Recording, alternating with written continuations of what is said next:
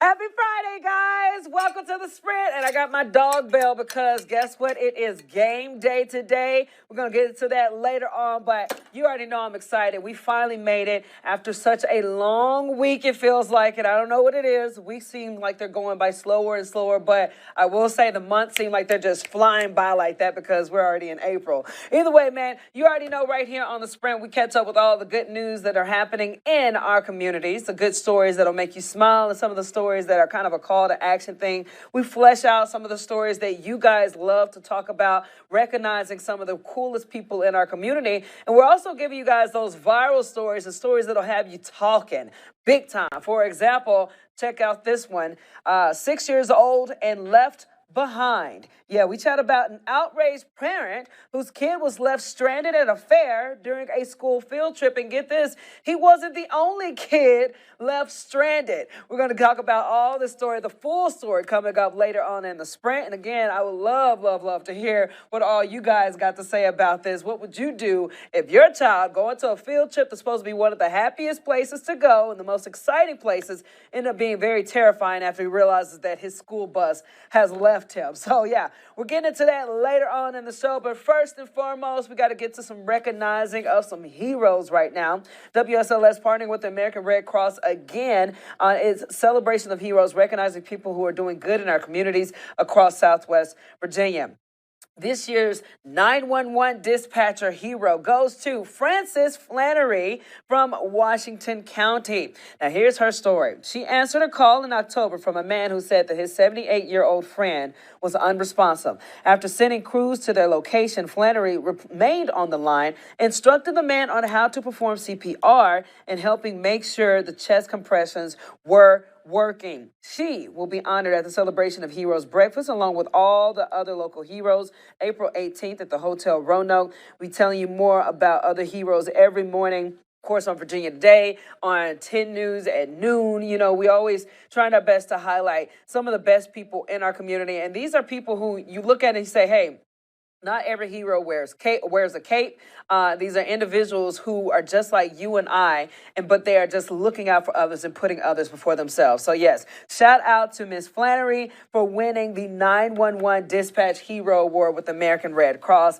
Can't wait to see that actual ceremony play out on April the 18th. I hosted it last year, and again, it was a very fun event because you see all of the heroes in the same room under the same roof being supported by so many different people as they deserve to be.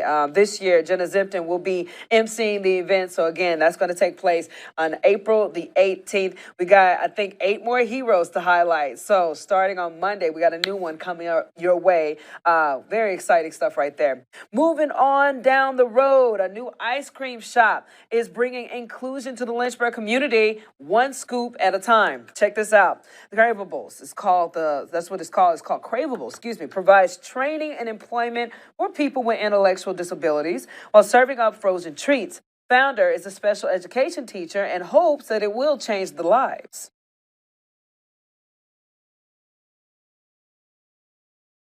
Of course, that for some reason didn't want to work. So let's just pull the video back up. Boo, shakalaka. Okay, so that was Taylor Perkins from Cravables. Basically, she said that I have no doubt that they're going to be some of the most amazing employees and following directions with the help of breaking down the tasks and steps that they're going to thrive. So the mobile ice cream truck is now booking events. The storefront is set to open in June. So again, one of those beautiful stories that you watch and you look at and you understand that, oh, wow, somebody is making a difference in our community and trying their best to, spread that joy, spread that positivity, and spread that hope of knowing that, hey, it doesn't matter what your ability level is or what it could be. You are always, you matter, basically. You matter, and you can be held to the same standards as everybody else, to have the same happiness, the same responsibilities. And yeah, the fact that she's opened this, I think is going to serve a really, really special purpose in this community. So if you guys could go to our website, WSLS.com, watch the full story. Sorry about that technical difficulty. I don't know what that was all about, but we're going to move on. Keep the party moving, okay? Moving on over, man. We got to talk about this sweet treat for the Star City staple, and it's a personal favorite that a lot of people like. We're talking about those good old strawberry shortcakes for the Community Schools Strawberry Festival. The preparations are already underway for making them. Volunteers baked 10,000 shortcakes for fundraiser yesterday. The famous recipe uses real butter, locally milled flour, and fresh homestead creamery milk. The event features homemade strawberry shortcakes, sundaes, and chocolate dipped berries, and is known for bringing thousands of people to downtown Roanoke. Cakes will go into the freezer until the festival, which is set for the first weekend in May at Elmwood Park. Now, it's so funny because when I first moved here, everybody was saying that there are certain things that you have to do while you're living in Roanoke. And one of the main things that people were telling me, you got to try out one of these strawberry shortcakes from this particular festival. Last year, I was able to do it for the first time. Our very own Brittany Weir, she was one of our reporters in the morning, and she would go around kind of doing different community events and preparing and prepping for the different things that are happening. And her and one of my favorite photographers, Noah, brought one back for me to taste. Hey, man, I tell you, if you guys haven't had one, you should definitely give it a try, just to say that you've had it, because apparently that's a tradition. And I felt more at home after actually tasting it for the first time. Let's give some love to a local group who is commemorating Martin Luther King Jr.'s life on the 56th anniversary of his assassination.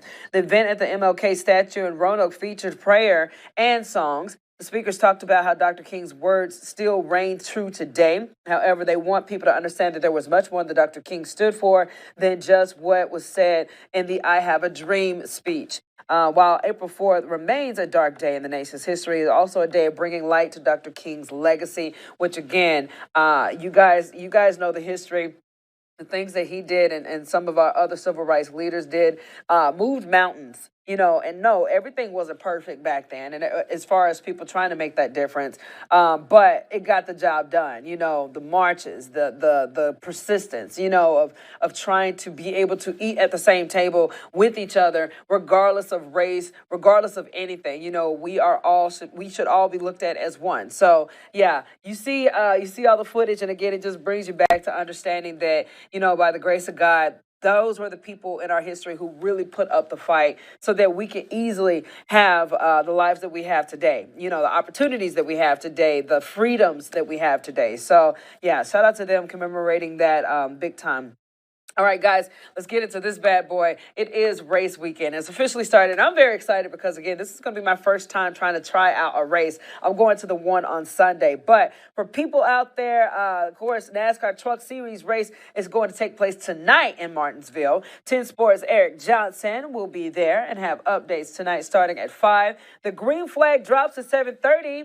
Race weekend continues tomorrow and Sunday with the Xfinity and the Cup Series races. So if you are headed to Southside, VDOT says expect some more cars and people walking around Martinsville Speedway. They say that there are some signs are in place directing traffic to and from the Speedway, with speed limits dropping gradually from 65 to 35 miles per hour.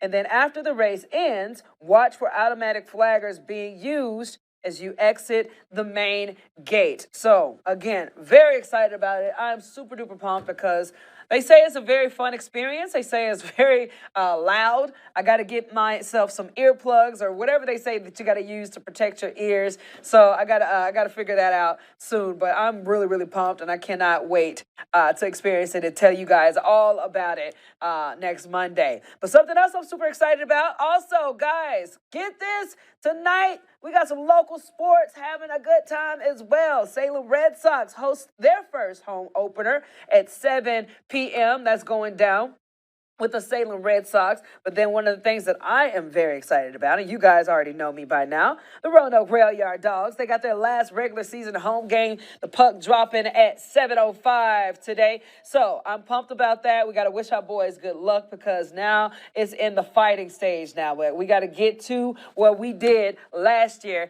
get those finals going in. We got to get that cup, that President's Cup, back. It was just such an exciting experience, and it's always an exciting experience, and I already know it's going to be a bloodbath on the ice. And hey, I welcome it because obviously, if you like hockey, you like the fighting that happens as well. Fortunately, I'm praying that we win. I want to win. I always say to myself, don't start fighting unless we win, you know. But it's always good to see a good glove drop or two whenever it gets real intense in the moment. So, yeah, hope to see all of you guys. If you are going to whatever sporting event you're going to tonight, if you're going to the Rail Yard Dogs game, I will definitely see you there. Let's get to meteorologist Chris Michaels. He says this weekend is going to be perfect for a lot of the sporting events, especially for the race weekend. Today was a bit chilly. You had to put your jacket on this morning. Let's get to him with our Friday forecast. Happy Friday, guys. Today, most of our snow going to be on the western slopes, but still strong wind gusts today and tomorrow. We'll turn warmer next week, but in the meantime, breezy and mild for race weekend with a few clouds around for the eclipse on Monday. All right, Chris, thank you so much. All right, coming up after the break, you know we ain't done just yet. We still got more news of the day. For example, we're going to show you guys this. This is a MoonPie invention that's happening in honor of the eclipse that's taking place. So we're going to talk about that. We're going to talk about Elevator Baby, born 17 years ago, just celebrated his birthday. And we're also going to talk about this little guy right here, poor guy. Left behind on a school field trip.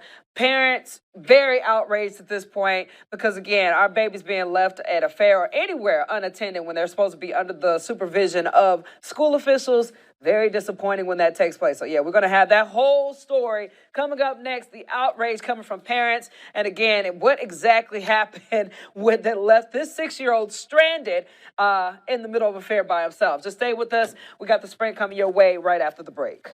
Welcome back. Hope you guys are having a great Friday so far. Any Friday is a good Friday in my book, guys. Let's get right into it. Okay, so there's a new candy bar that just came out. Mass General Store and MoonPie collaborated for the Over the Moon, and that's what this guy is right here. We tasted it earlier, and it was actually pretty tasty, okay? So they say that it truly tastes like a s'more you'd enjoy around a campfire. It's milk chocolate with graham crackers and marshmallow bits. MoonPie says that it took a few test batches to capture the essence of a MoonPie in a candy bar.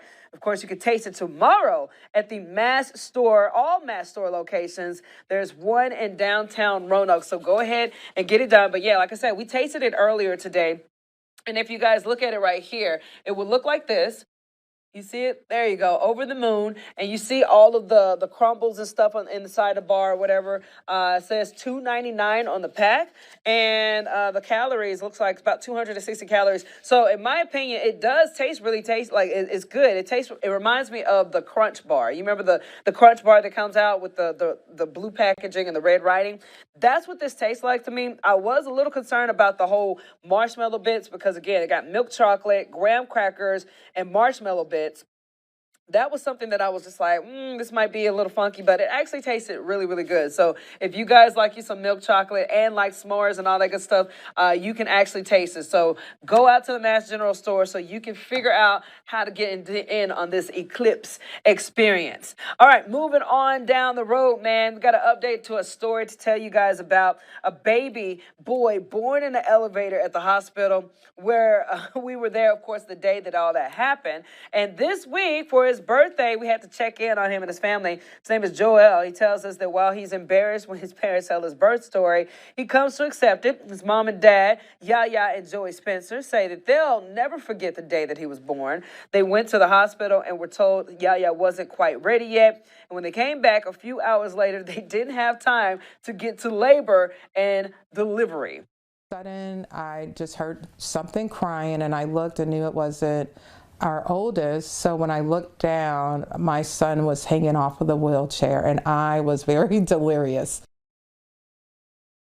So he was born on his dad's birthday too, which makes this day even more special. So yeah, shout out to him. Happy birthday to little Joel and happy birthday to Mr. Spencer as well. That's such a cool story. And I'm happy that we were able to do kind of a full circle around just seeing how that happened. Can you imagine giving birth in an elevator? I bet that was the most painful and the most uncomfortable experience. But then again, I've never given birth, but I've heard that once it's ready, you ready to go and it's game time. You just got got to focus. So, yeah, no, that was a really cool story. I'm happy that we were able to bring that back 17 years later. Now, speaking of kids, man, let's get right into this one right here. Got a lot of people outraged a little bit. A lot of parents out there kind of, on eggshells over in Florida. Check this out. South Florida parents demanding answers after they said that their children went on a field trip and the school left them behind. Now the Miami-Dade School District is looking into what happened. Nick Clemens spoke with some of the parents. We got that full story coming your way right now. The school didn't even contact me to let me know that my child was left at the fair. Anger and confusion. You left babies. They're 5 years old. Children left behind on a school field trip. Their parents still can't believe it. I'm still angry. Latasha Jones says her son got on the school bus Wednesday at Charles R. Drew K-8 Center to go to the Miami-Dade County Fair, but never made it back on the bus to come back to school. Jones says another parent called her. I'm thinking one of my friends calling me as an April Fool's joke, and I'm like, left him at the fair. I'm like, nah. Jones says when she got to the school, no one could tell her what happened. And the principal basically didn't give me no answers. Just, we're going to deal with it. Like, no, I want to know. I need answers. Her 6-year-old son says he was also confused. I was nervous why they was gone. The parent who called Jones says her child was also left at the fair. She didn't want us to identify her, but says she was at the fair, not as a chaperone, but to watch her child. She says a teacher handed Jones's child off to her. This mom says she ended up driving 4 children back to the school, including her son and Jones's son. Had I wouldn't have been there, they would have been left wandering around the park. Anything could have happened to them. In a statement, Miami-Dade County Public School says it is, quote, deeply concerned to learn that several students from Charles R. Drew K-8 Center returned to their school from a field trip with a parent instead of their assigned bus. We are looking into the matter and will take appropriate action.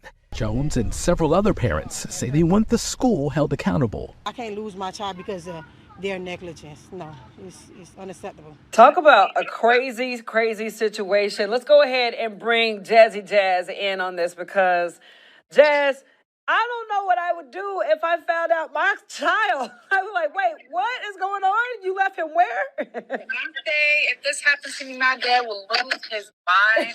Oh, like, this is absolutely irresponsible because not only are they are little children who are just 5 and 6 years old, but this is in Miami. So anything could have happened. And I'm glad that the parents were able to get there and get their kid and pick them up and get them home safely. But that should have never happened. Right. I would have been upset if that was my kid. And I know my dad sure as hell would have probably blew up. He does not play when it comes to the safety of his kids. And I'm sure many parents feel similar. So she has every right to be angry about the situation. And I really hope it's addressed because this is completely inappropriate. Because not only was it just him who was left behind, but it was more than one. Imagine how scary it is for him. Because I actually experienced something like that. I was a little older. What? Thankfully, yeah. So I had a field trip, and it was 7th grade. And I don't know if you ever been, but we went to Busch Gardens, and it was like a Halloween special, and it was really fun. They call it the Hollow Spring. Okay. We went to the field trip, and I was walking with my friends and stuff like that. And then I ended up, they would still get some food, but I wanted something different. And so we ended up in ways, and I went with this guy that he had like a crush on me. It was really cute. Jazz! To get some food from the other place.